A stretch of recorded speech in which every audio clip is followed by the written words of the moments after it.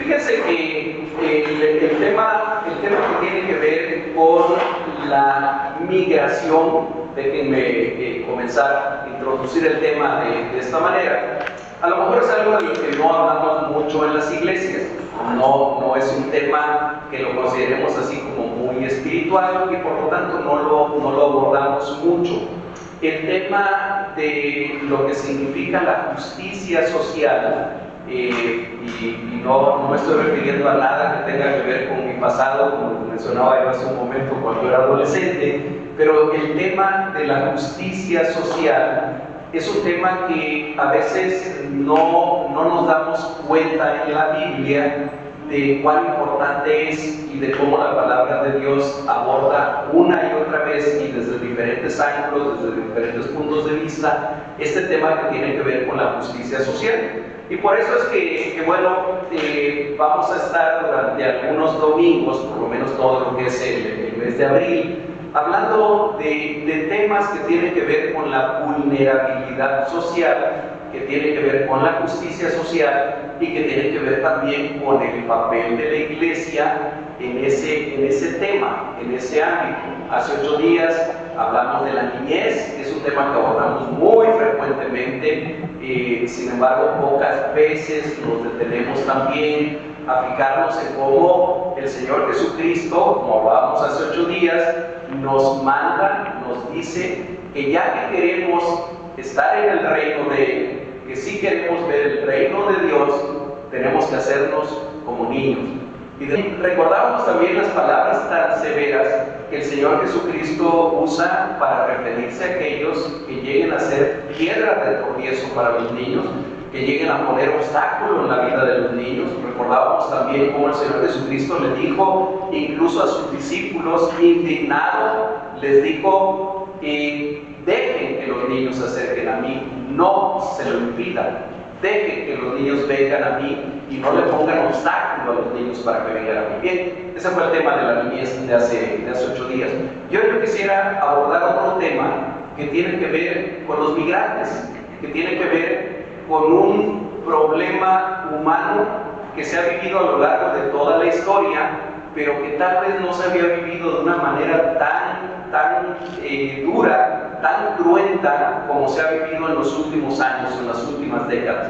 A ver, el ser humano, desde que es ser humano, desde que Dios nos creó y nos puso sobre esta tierra, el ser humano ha caminado, ¿verdad? Los seres humanos somos seres que caminan y que se trasladan de un lugar a otro, y que a veces individuos o a veces pueblos completos o grupos enteros se deben de trasladar de un lugar a otro.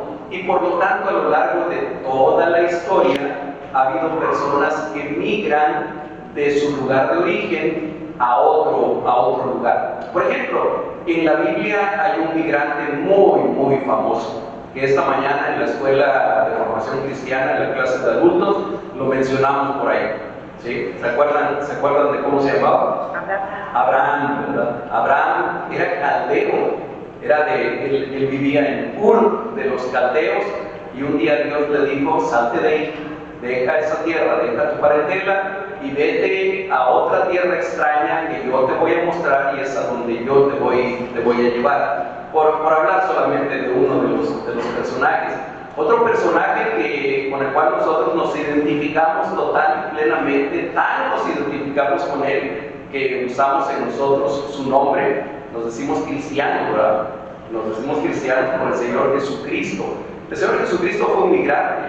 El Señor Jesucristo fue alguien que, siendo bebé, junto con su papá adoptivo, pues José, y junto con su mamá biológica, María, ellos tuvieron que huir, y además tuvieron que huir de la violencia, tuvieron que huir de la persecución, tuvieron que huir de la muerte, y se tuvieron que ir a Egipto, y de ahí después, no sabemos exactamente cuánto tiempo después, pero aparentemente algunos años después, el Señor llama nuevamente para que regresen, y después Mateo va a decir que ese fue el cumplimiento también de una promesa cuando dice, de Egipto llamé a mi hijo.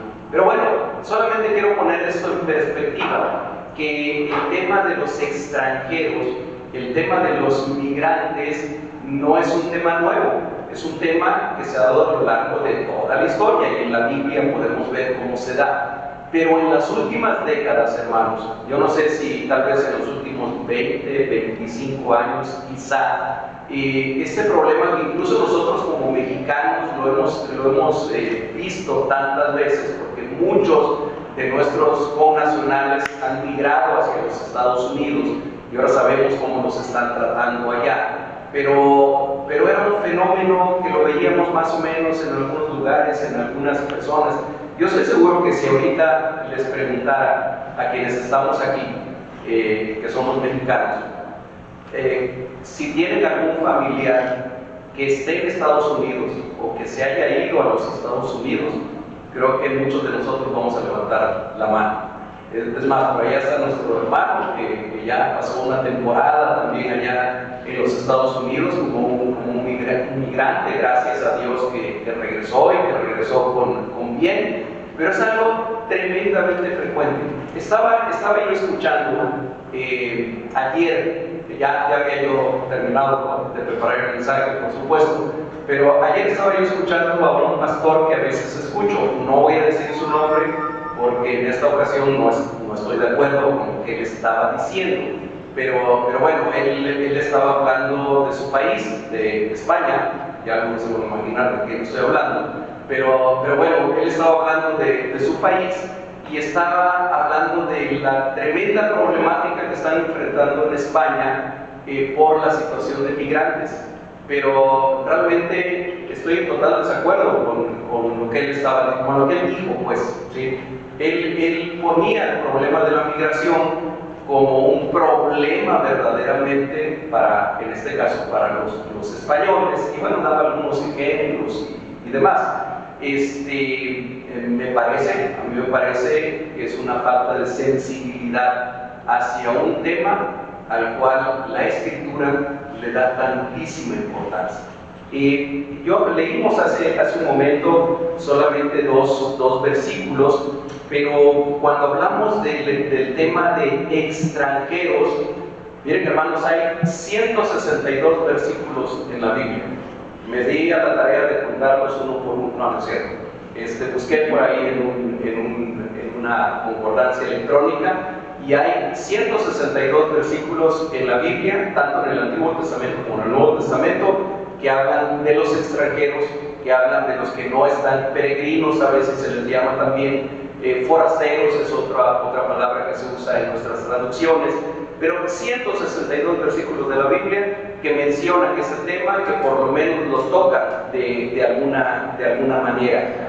Y hay varios versículos de la Biblia, solamente dejen mencionar rápidamente 3 pasajes, esto es parte de la introducción a este mensaje, por lo menos 3 de muchos otros que hay, que hablan del tema de ser extranjero. Miren, Deuteronomio capítulo 17, yo les pediría por favor, capítulo 10, Deuteronomio capítulo 10, vayan por favor a sus Biblias, Deuteronomio 10, y permítanme leer nada más los versículos 18 y 19. Deuteronomio 10, 18 y 19. Yo los voy a leer, síganme por favor ahí con su vista. Está hablando del Señor, está hablando de Dios, y dice en el versículo 18, hablando de Jehová, hablando del Señor, dice que hace justicia al huérfano y a la viuda, que ama también al extranjero, dándole pan y vestido. Versículo 19, amaréis pues al extranjero, porque extranjero fuisteis en la tierra de Egipto. Ok, el Deuteronomio es parte todavía de la Torá, es parte del Pentateuco, pero si nosotros vamos a los profetas, vamos a encontrar que también siguen hablando, que también el Señor le sigue hablando al pueblo de Israel acerca del extranjero. Por ejemplo, Jeremías, capítulo 22, versículo 3, si lo pueden buscar, más adelante del Deuteronomio, bastante más adelante, está Jeremías, capítulo 22, versículo 3, dice: así ha dicho Jehová, haced juicio y justicia, y librad al oprimido de mano del opresor, y no engañéis ni robéis al extranjero, ni al huérfano, ni a la viuda, ni derraméis sangre inocente en este lugar. Déjenme remarcar algo de lo que acabamos de leer. Haced juicio y justicia. Y luego dice más adelante, no engañéis ni robéis. Va a mencionar a 3 grupos vulnerables, pero el primero que menciona es al extranjero, ni al huérfano, ni a la viuda. Malaquías, uno de los profetas menores, ya al final del Antiguo Testamento, Malaquías capítulo 3, versículo 5, dice, y vendré a vosotros para juicio, y seré pronto testigo contra, y comienza a mencionar varias cosas, pero termina diciendo, contra los que hacen injusticia al extranjero, no teniendo temor de mí, dice Jehová de los ejércitos. ¿Sí? Malaquías 3:5, y vendré a vosotros para juicio, y seré pronto testigo contra, y más adelante dice, contra los que hacen injusticia al extranjero. Y fíjense qué interesante lo que dice después, no teniendo temor de mí. O sea que el que hace injusticia al extranjero son aquellos que no tienen temor de Dios, alguien que no tiene temor de Dios. Me parece que es bastante claro este principio general, que es lo que yo quiero dejar nada más establecido en esta parte. Hay un principio general en las Escrituras. Nuestro Dios ama, defiende y provee a los más débiles. Y entre ellos, un grupo importante es el extraño, el desarraigado, el migrante, el extranjero. Es un grupo al cual la palabra de Dios le da importancia, y si la palabra de Dios le da importancia, igual que en el tema de los niños, yo creo que nosotros deberíamos de darle importancia también. Deberíamos de hacerlo un tema relevante. No es un tema relevante en las iglesias, no es un tema relevante en nuestras iglesias, no es algo de lo que estemos predicando seguido, no es un tema que abordemos, no es un tema que nos interese mucho, porque no lo estamos viviendo en carne propia, porque no lo vivimos a lo mejor entre nosotros. Yo le doy gracias a Dios que nosotros tenemos a nuestras hermanas hoy aquí con nosotros desde hace algún tiempo. Es una bendición para esta iglesia tenerlas aquí con nosotros, y esta predicación no fue porque ellas estuvieran aquí.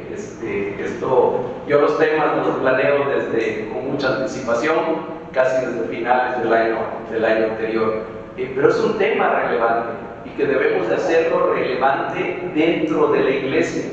¿Cuál es la actitud que nosotros tomamos como pueblo de Dios ante el fenómeno de migración? Generalmente es espantarnos, o ahuyentarlos, o criticarlos, o perseguirlos. Yo lamento mucho, y créanme que lo digo desde mi corazón, lamento mucho lo que ocurre en los Estados Unidos. Lo lamento mucho, porque están tomando una actitud, por lo menos como gobierno, una actitud que no demuestra temor de Dios, aunque algunos de sus gobernantes digan tener temor de Dios. Y tristemente, no conozco mucho, pero conozco algo de la iglesia en los Estados Unidos. Tristemente, en muchas iglesias en los Estados Unidos hay una justificación de por qué no se debe de aceptar a los migrantes. Una de ellas es son ilegales, y a nosotros no nos gusta la ilegalidad. Bueno, yo les decía en alguna ocasión a alguien que tocaba ese tema, decía, bueno, en la Alemania nazi en 1930 y tantos, era ilegal que un judío no trajera una estrella amarilla cosida a su saco en su ropa, ¿verdad? Había una ley que decía que tenían que hacer eso, y quien no se lo ponía estaba rompiendo la ley y era ilegal. Ahora, ¿era justo lo que estaban haciendo? Lo que estaban haciendo los alemanes, básicamente el partido nazi en aquel tiempo. No, por supuesto que no era justo. Entonces, algo puede ser ilegal, pero puede ser también, o algo puede ser legal y puede ser tremendamente injusto también. Entonces, bueno, es lamentable la posición que a veces la iglesia cristiana toma ante estas situaciones. Y miren, hermanos, hay veces en que una forma de reaccionar equivocadamente también ante estos temas, y lo mencionaba yo también hace 8 días en relación al tema de la niñez, es la indiferencia. Creo que uno de los pecados más grandes que tenemos actualmente, la iglesia, estoy hablando de la iglesia cristiana evangélica, es la indiferencia. A veces decimos, bueno, ese no es un asunto que me toque a mí. Así como a mi esposa y a mí nos dijeron hace como 25 o 20 y tantos años que comenzábamos con el proyecto de aquí de BAM, y cuando hablábamos de los niños en situación de calle, alguien dentro de la iglesia nos dijo, ese no es un problema de la iglesia, ese es un problema del DIF, es algo que debe de arreglar el DIF. Lo estoy diciendo delante del Señor, no estoy mintiendo. Y él dijo, es que eso es algo del DIF. ¿Qué tenemos que hacer nosotros como iglesia yendo a ver la situación de los niños en situación de calle, de los niños trabajadores de calle? Bendito sea Dios que no les hicimos caso, ¿no? a quien nos dijo eso, pero eso nos dijeron.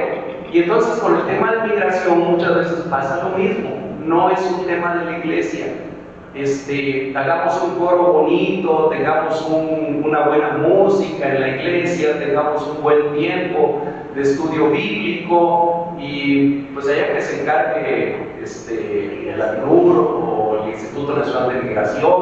Oye, no es un asunto de la iglesia. No, hermano, sí es un asunto de la iglesia. Si es un asunto de la palabra de Dios, si es un asunto de Dios, es un asunto de su pueblo. Déjenme ir a los 2 versículos que leímos hace un momento. Dice Levítico 19, capítulo 33, versículo 33, perdón. Dice, este es el primero de los 2 versículos en los que estamos meditando el día de hoy.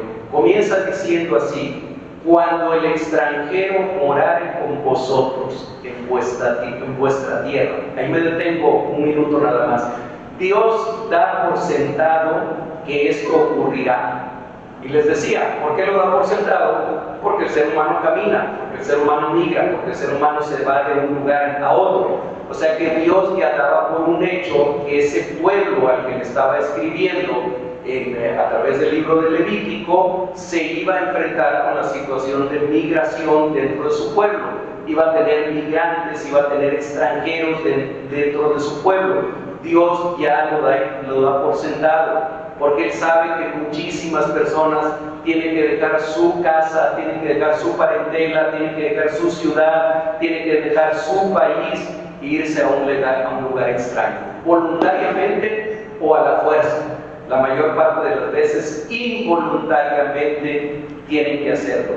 Hermanos, el libro de Levítico fue escrito aproximadamente en el siglo XIII antes de Cristo, o sea, hace 3.300 años, más de 3.000 años, pues, para redondearlo, aproximadamente. Y eso fue escrito hace muchísimos años, miles de años. Pero hermanos, esto sigue siendo vigente en lo que ocurre hoy en el siglo XXI. Esto de lo que el Señor ya estaba hablando al pueblo de Israel en aquel tiempo, nos lo sigue hablando a nosotros el día de hoy. Así que Dios le da una indicación clara a este pueblo, que es su pueblo, que es un pueblo santo, un pueblo de sacerdotes, que es lo que Dios quería que fuera Israel, y le dice algo bien cortito. Después de decir, cuando el extranjero morare con vosotros en vuestra tierra, ¿qué dice después? No lo oprimiréis. Es lo primero que dice. No lo oprimiréis. Fíjense que ahora que leían, esto sí lo conté de veras, no fue en una concordancia electrónica, sí lo conté. En el capítulo 19 de Levítico hay 45 mandamientos. En un solo capítulo hay 45 mandamientos diferentes. Los mandamientos, la tradición rabínica generalmente los dividía en mandamientos negativos y mandamientos positivos. Cada uno tiene un nombre en hebreo, que ahorita no nos vamos a meter con eso, pero ¿qué es un mandamiento positivo? Es cuando Dios le dice al pueblo qué es lo que quiere que haga, lo que debes hacer. Por ejemplo, amarás al Señor tu Dios con todo tu corazón, con toda tu alma, con todas sus fuerzas. Es un ejemplo de un mandamiento positivo. Y hay también mandamientos negativos, mandamientos que dicen qué es lo que no debemos de hacer. No hurtarás, no matarás. Es ejemplo de mandamientos negativos. Bueno, aquí Dios le está dando al pueblo de Israel un mandamiento negativo, es decir, le está diciendo algo que Él no quiere que haga. No lo oprimas, no oprimas al extranjero cuando el extranjero more entre ustedes. En algunas otras versiones, aparte de Reina Valera, esta expresión de no lo oprimiréis lo traducen de algunas otras formas, a lo mejor más claras o que nos permiten entender más el término. Dice en alguna traducción, no te aproveches de él. En otra dice, no lo molestes. En otra dice, no lo maltrates, no le hagas mal, no le hagas sufrir. Creo que con esas diferentes traducciones nos queda mucho más claro lo que el Señor está diciendo, que no hagamos con el extranjero, que no hagamos con el migrante. Dice, no lo oprimas, es decir, no lo maltrates, es decir, no lo hagas sufrir, es decir, no te aproveches de él. Dice en otra parte que ya leímos también, no lo engañes, no lo robes. Es decir, hay un mandato en un sentido negativo de hay algo que no debemos de hacer. Y hermanos, ninguno de los mandamientos de Dios son opcionales para su pueblo. Ninguno de los mandamientos es opcional. ¿Estamos de acuerdo con eso? ¿Sí? El que nosotros seamos salvos por gracia y no por obras, el que seamos salvos por medio de la fe, eso no quiere decir que los mandamientos para nosotros ya no existen y que ya no tenemos por qué cumplirlos, porque soy salvo por gracia, no estoy bajo la ley, estoy bajo la gracia. Sí, pero resulta que el Señor Jesucristo dijo que Él no venía a abrogar ni uno solo, dijo, ni una tilde, ni una jota de la ley van a pasar hasta que todo sea cumplido. Hay partes de la ley que el Señor Jesucristo ya cumplió y que no tenemos por qué repetirlas, como son los sacrificios. Pero hay partes de la ley que siguen vigentes. No matarás, no hurtarás, no adulterarás, no te harás imagen ni ninguna semejanza, ni te inclinarás a ellas. Sigue estando tan vigente hoy como cuando Dios se los dio a Moisés en el monte Sinaí. Y este es uno de esos mandamientos, solamente que es de los mandamientos que no los tomamos muy en cuenta, pero no son opcionales para su pueblo. Son mandamientos que Dios espera que sean acatados y como pueblo suyo debemos ser cuidadosos en no hacer lo que Él dice que no hagamos.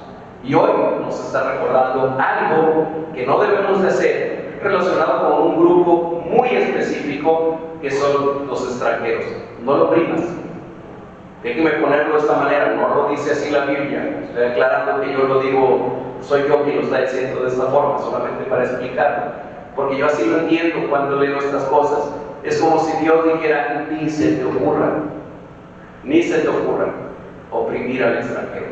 Ni se te ocurra engañarlo, robarle, maltratarlo, hacerlo sufrir, etc. En el segundo versículo, Levítico 19:34, el segundo que leímos el día de hoy, vienen ahora dos mandamientos positivos relacionados nuevamente con el extranjero. Y de estos mandamientos positivos, por cierto, en la Torá hay algo así como 250 mandamientos positivos que nos dicen lo que sí hay que hacer. Bueno, aquí en estos versículos hay dos mandamientos positivos. Dice, como a un natural de vosotros tendréis al extranjero que more entre vosotros. Como un natural entre vosotros tendréis al extranjero que more entre vosotros. Y me gusta mucho, nuevamente, una traducción más dinámica, a donde dice, considéralo como a uno nacido entre vosotros. Considérenlo como a uno que nació entre ustedes. En otras palabras, considéralo como alguien de tu familia, como alguien de los tuyos. no lo veas como un extraño, no lo veas como un diferente, no lo veas como alguien desarraigado, no lo veas de esa manera. Dice, como a un natural de vosotros, como a uno nacido entre vosotros. Estoy más o menos en contacto, en relación, aunque no participando tanto, con una organización que se hizo hace no mucho tiempo, tendrá unos 5 años, a nivel de Latinoamérica, y que me encanta porque le pusieron este nombre. El movimiento o la organización se llama Como Nacido entre Nosotros. Y bueno, Levítico 19:34 nos está diciendo aquí que es como debemos tener, como debemos considerar al extranjero. Así que aquí para el extraño, para el foráneo, para el extranjero, para el diferente, nos está diciendo Dios, considéralo como si fuera uno de los tuyos, uno de ti mismo. El segundo de estos mandamientos positivos, que lo encontramos ahí en el mismo versículo 34, dice, y lo amarás como a ti mismo. Así que si a alguien le puede parecer radical, alguien que a lo mejor tenga una posición medio contraria a este tema de la migración, de los migrantes, de los extranjeros, si le puede parecer radical que diga, considéralo como a uno nacido entre ustedes, considéralo como a uno de los tuyos, pues será más radical la segunda parte o el otro mandamiento positivo. Dice, lo amarás como a ti mismo. Y así como un recordatorio, Dios le dice al pueblo de Israel, porque extranjeros fuisteis en la tierra de Egipto. Y vean cómo firma el Señor y dice, yo Jehová vuestro Dios. Es decir, esto no lo está diciendo Moisés, esto no se lo inventó Moisés. No es que Moisés fuera medio revoltoso y anduviera metiendo ahí ideas extrañas en el pueblo de Israel. Es Dios quien lo dice, dice, yo Jehová vuestro Dios soy el que les digo esto. Y por si no lo han notado, hermanos, estos 3 mandamientos que acabo de mencionar van de menos a más. Ese era el mandamiento dado por Dios al pueblo de Israel en el monte Sinaí hace más de 3000 años, les decía, y sigue siendo el mandamiento para su iglesia en el año 2025. Amados hermanos, comienzo a concluir ya.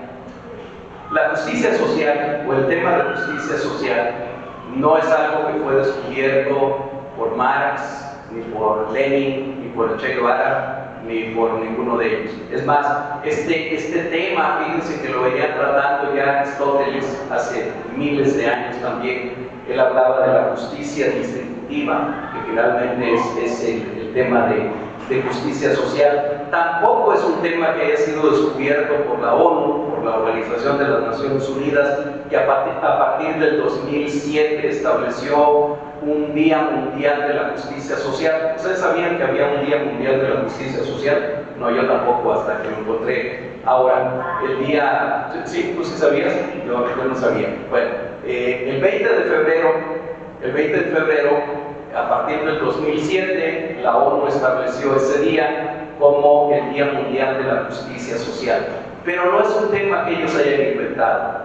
Si entendemos la justicia social como esa idea de garantizar, estoy leyendo algo una definición que copié, garantizar una sociedad más equitativa donde todas las personas tengan acceso a los mismos derechos, oportunidades y condiciones de vida. Sigue más larga la definición, pero ya no la voy a leer. Si entendemos como eso la justicia social, entonces esa es una enseñanza que impregna toda la Escritura, desde el Génesis hasta el Apocalipsis.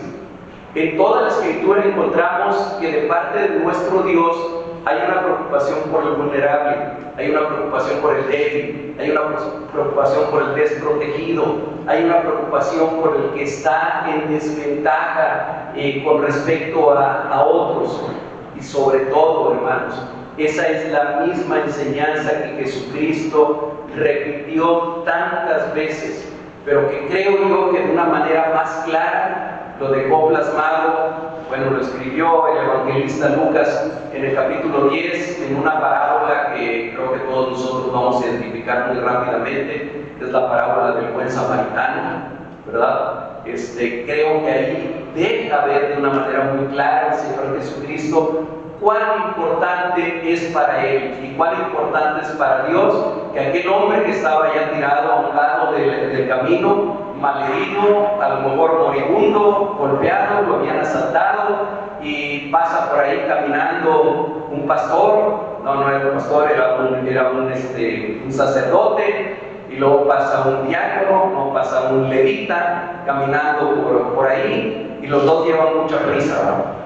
Los dos tienen prisa de llegar a la iglesia, tienen prisa de llegar a comenzar con las actividades, con el culto probablemente, y ven de reojo a aquel hombre que está ahí desangrándose, pero dicen, no es asunto mío, yo tengo cosas más importantes que hacer. Luego pasa precisamente un extranjero, alguien de Samaria, un samaritano, y sabemos, creo que todos conocemos el resto de la historia, ¿verdad? Se detiene, baja de su cabalgadura, lo venda, le limpia las heridas, lo sube a su cabalgadura, lo lleva al mesón donde él iba, lo deja ahí descansando, le dice al mesonero, atiéndelo por favor, te dejo, mira, aquí estos denarios para que lo atiendas, y si no te alcanza cuando yo regrese, me dices cuánto te debo, pero atiéndelo, por favor. Esta parábola el Señor Jesucristo la cuenta como una respuesta a una pregunta que un fariseo le hizo, y que le dijo, ¿y quién es mi prójimo? Cuando el Señor Jesucristo le había recordado este mandamiento de amarás a tu prójimo como a ti mismo, y el fariseo le pregunta, ¿y quién es mi prójimo? Y entonces Jesús le cuenta toda esta historia. Bendito sea su nombre que la contó, porque nos quedó para nosotros también. Y al final, en Lucas capítulo 10, en los versículos 36 y 37, el Señor Jesucristo le devuelve la pregunta y le dice, ¿quién pues de estos tres, el sacerdote, el levita y el samaritano, quién pues de estos tres te parece que fue el prójimo del que cayó en manos de los ladrones? Él dijo, es decir, el fariseo contestó, el que usó misericordia con él. Entonces Jesús le dijo, ven y haz tú lo mismo. Ven y haz tú lo mismo. Es la misma instrucción que Jesús, yo creo que nos da a nosotros, como Iglesia Fuente de Vida, el día de hoy, cuando después de leer Levítico 19, 33 y 34, nos preguntamos, o si nos preguntamos nosotros, ¿qué hacer con los migrantes? ¿Qué hacer con los extranjeros? ¿Qué actitud debemos de tomar? ¿Qué posición debemos de tomar? Creo que si se lo preguntáramos al Señor Jesús, nos volvería a contar la parábola del buen samaritano. Y al final nos diría lo mismo. Ahora, ven y haz tú lo mismo. Ven y ten misericordia también. Ven y obedece lo que ya está en mi palabra, que es lo que debes hacer. Que Dios nos ayude, hermanos, para que podamos no solamente estudiar su palabra, no solamente escucharla, sino encontrar las maneras de llevar esto a la práctica en nuestra vida, hacerlo parte de nuestra vida. Así que oremos. Amado Dios y Padre eterno, gracias nuevamente por tu palabra maravillosa.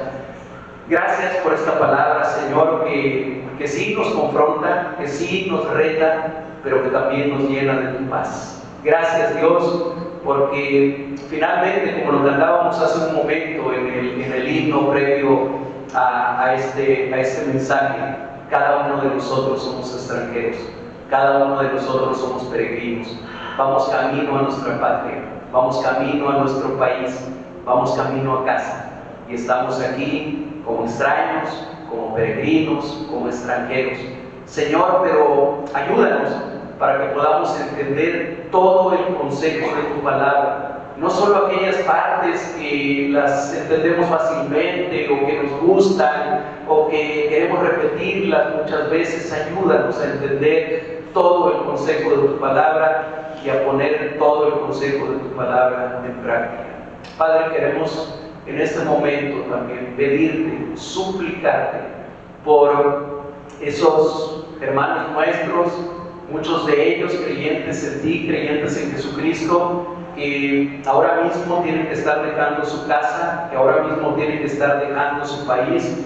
Muchos de ellos están atravesando nuestro país están muchos de ellos siendo engañados, siendo robados, siendo oprimidos, siendo abusados. Te pedimos, Señor, te pedimos como país, como sociedad, te pedimos perdón, Señor. Te pedimos que nos perdones porque no hemos sabido aquilatar todo lo que enseña tu palabra y menos hemos sabido cómo ponerlo en práctica.